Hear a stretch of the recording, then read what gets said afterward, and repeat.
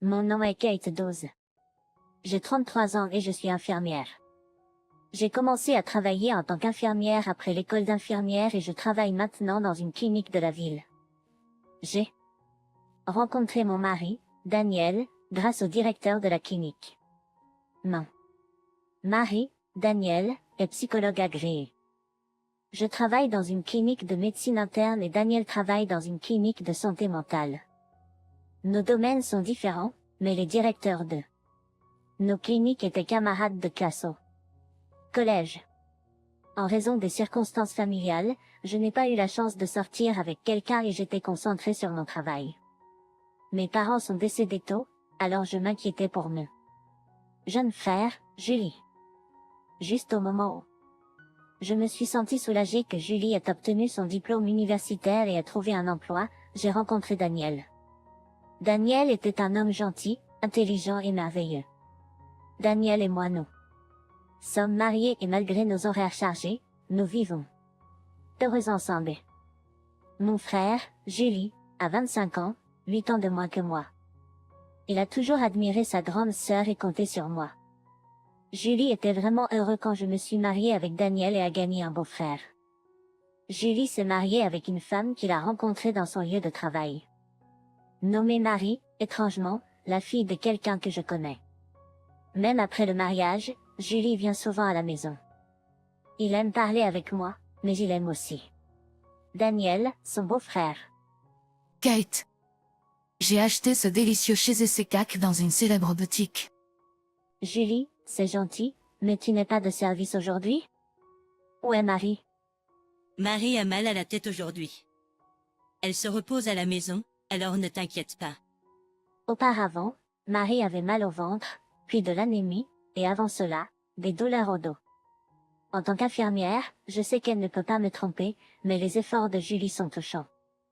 La vérité est que Marie est en bonne santé. Elle ne veut simplement pas me voir.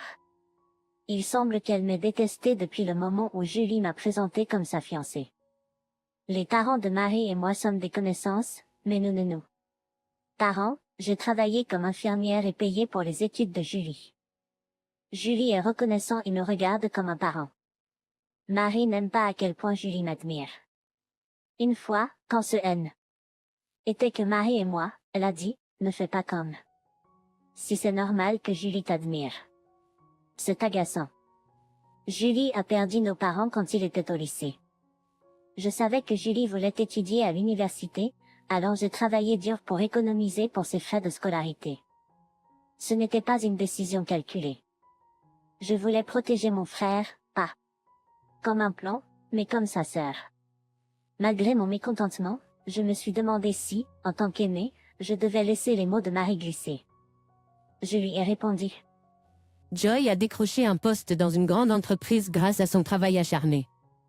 Des accusations comme celle-là ne sont pas agréables.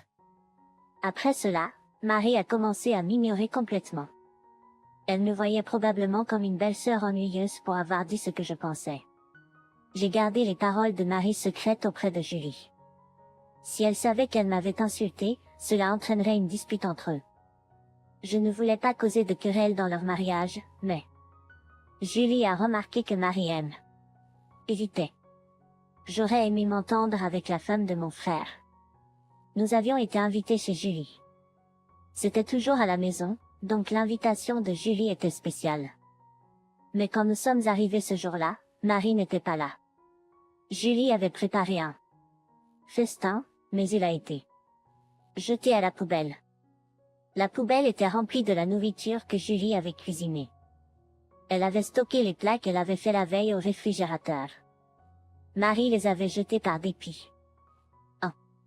Voyant Julie et moi stupéfaits, Tony calmement a dit, c'est du gaspillage, mais on ne peut rien y faire. Ne vous inquiétez pas, Julie. Quand Tony l'a confrontée, Julie a éclaté en sanglots. C'était la première fois que Julie avait pleuré comme ça depuis les funérailles de nos parents. Tony, étant psychologue, est resté auprès de Julie jusqu'à ce qu'elle se calme. Une fois que Julie se sentit mieux, nous avons mangé des hamburgers de livraison. Depuis cet incident, Tony et moi avons juré de ne plus jamais aller chez Julie. Julie a rejeté la faute sur Marie pour ses actions, mais elle était défiante. Elle a dit qu'elle avait jeté la nourriture parce que le réfrigérateur était encombré de plats inutiles. Je suis femme au foyer, c'est mon travail de jeter les ordures. Même si elle prétend être une femme au foyer, Marie ne faisait pas les tâches ménagères. Julie n'en a pas parlé, mais il envisageait le divorce. Il s'inquiétait de me déranger.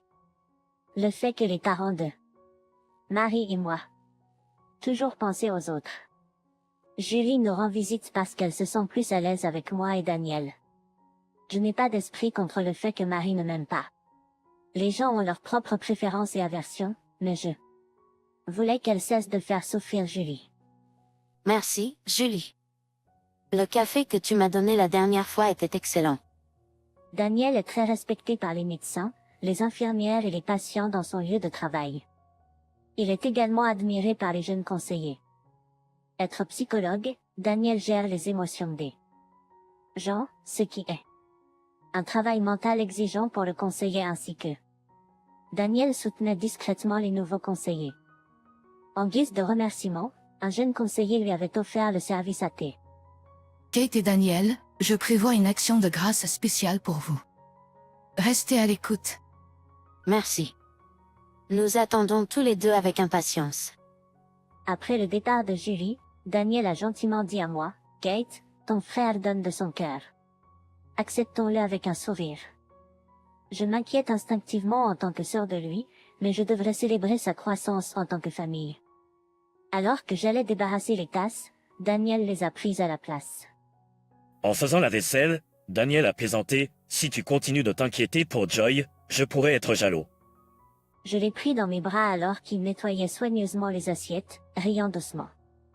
J'ai un mari en qui je fais confiance et que j'aime profondément. Je souhaite que Joy et Marie puissent avoir la même chose. Marie a 24 ans, n'est-ce pas? Elle est beaucoup plus jeune que nous. Soyons patients et veillons sur elle. Cela s'est produit une semaine après la visite de Joy. Nous avons reçu un cadeau de Thanksgiving, qui s'est avéré être de Joy et de sa femme. Je voulais l'ouvrir immédiatement, mais j'ai attendu que Daniel rentre à la maison. Ce n'était pas un assortiment, alors j'étais curieux de savoir ce que cela pouvait être. Lorsque Daniel est finalement arrivé, je lui ai montré le cadeau de Thanksgiving. C'est de Joy pour Thanksgiving. Je voulais l'ouvrir avec toi, Daniel. Ensemble, nous l'avons ouvert, nous attendant à une surprise agréable. Mais quand nous avons vu ce qui ressemblait à des billets de loterie, nous étions sans voix. Même Daniel, qui est d'habitude impassible, était abasourdi.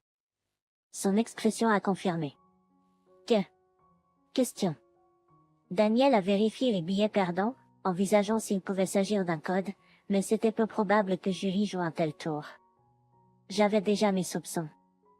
Lorsque je lui ai fait part de mes soupçons, Daniel a soupiré et a dit, « Je vais appeler Julie pour la remercier. Je peux dire si quelqu'un ment à cause de mon travail. » Daniel a appelé Julie sur son. Daniel, as-tu reçu le cadeau de Thanksgiving? Comment était-ce? Kate et moi étions si surpris. Nous ne savions pas quoi dire. Je voulais l'emballer plus, mais ça peut être utilisé pour le magasinage et le dîner. À ce moment-là, aussi bien Daniel que moi étions certains. Julie croyait avoir envoyé autre chose. Honnête, Julie ne pouvait pas mentir aussi convaincante, surtout à un professionnel comme Daniel. Je n'étais pas sûr de pouvoir rester calme en disant la vérité à Julie, alors Daniel a parlé à elle, en exposant les faits tels qu'ils étaient. Julie, stupéfaite, m'a demandé de lui parler. Julie est stupéfaite et crie que je doive prendre le relais. J'ai pris une profonde inspiration et confirmé à Julie que Daniel avait raison. J'ai envoyé un bon de $1000 pour les achats, tu sais? Toi, Julie avait acheté les bons de cadeaux personnellement et les avait emballés. Elle les avait stockés en un endroit sûr, un coffre-fort nécessitant un numéro de combinaison spécifique pour l'ouvrir. Julie a dit que Marie ne savait rien du coffre-fort, mais quand Julie a mentionné le coffre-fort, Daniel a semblé tout comprendre. Julie, le numéro de combinaison du coffre-fort est-il un numéro à 3 chiffres? Oui.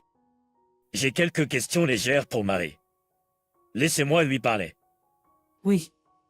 Après quelques questions banales, Daniel a interrogé subtilement Marie, la prenant au dépourvu. Reconnais-tu le numéro 3710 ? Oui. Ah. Non, je ne sais pas. Merci. C'est tout de ma part. Es-tu fatigué ? Y a-t-il autre chose que tu veuilles dire ? Il y a quelque chose de terrifiant à entendre quelqu'un prononcer des paroles effrayantes avec un sourire. Le calme de Daniel en prononçant sa dernière déclaration était particulièrement effrayant. Sans surprise, Marie a avoué un secret important. Alors qu'elle se mettait à pleurer, Daniel a demandé à Julie le numéro de combinaison du coffre-fort où il avait stocké les bons de cadeaux. Il s'est avéré que Marie connaissait le numéro de combinaison. Cela a facilité le vol des bons. J'ai réalisé pourquoi Daniel le savait. Julie avait utilisé mon nom pour le numéro de combinaison. Kate Dawes, donc 812. C'était un numéro facile à retenir, mais aussi facile à deviner. La question restait de savoir si Marie les avait vraiment volés. Face à Julie, Marie a tenté de se dérober. Ce n'est pas moi, c'est ma mère. Elle les a volés quand elle m'a rendu visite. Elle a habitude de voler. Marie. Preuves circonstancielles sont disponibles. Julie et moi avons terminé l'appel avec des sentiments mitigés. À la porte de la pièce avec le coffre-fort de Julie. Puis en flagrant délit, voleur. Tout s'est passé comme l'avait prédit Tony.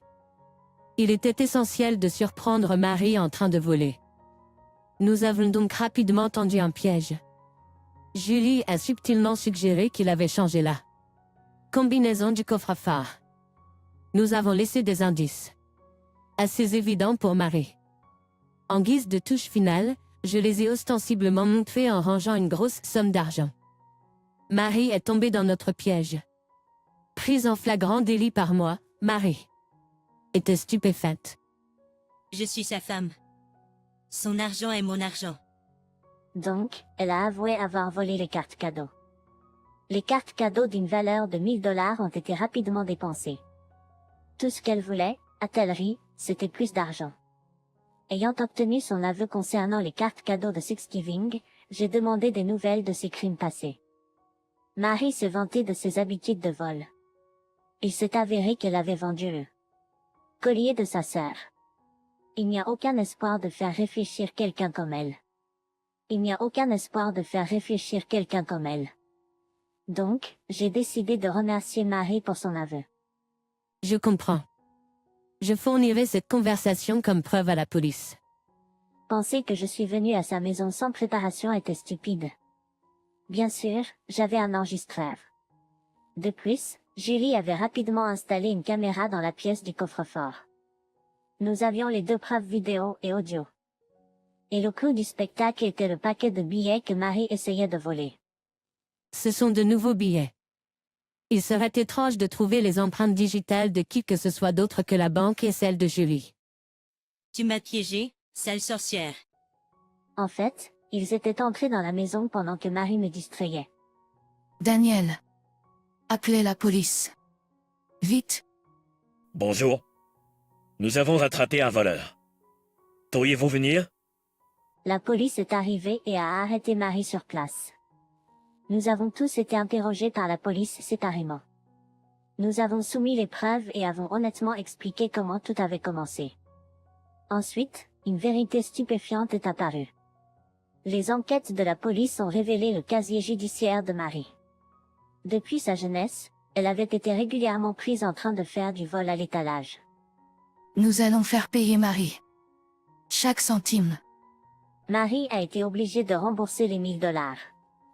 Étant rejetée, elle a emprunté de l'argent. La police les regarde attentivement, car elle a d'autres chefs d'accusation. Plus ils enquêtaient sur Marie, plus ils trouvaient de méfaits. Même en tant qu'ouvrière temporaire, elle a volé de l'argent au portefeuille de ses collègues. Les victimes se sont tues, craignant d'être exposées. Mais Marie, étant stupide, a enregistré ses propres crimes. Le montant volé était considérable. Exposée, elle a été poursuivie par plusieurs victimes.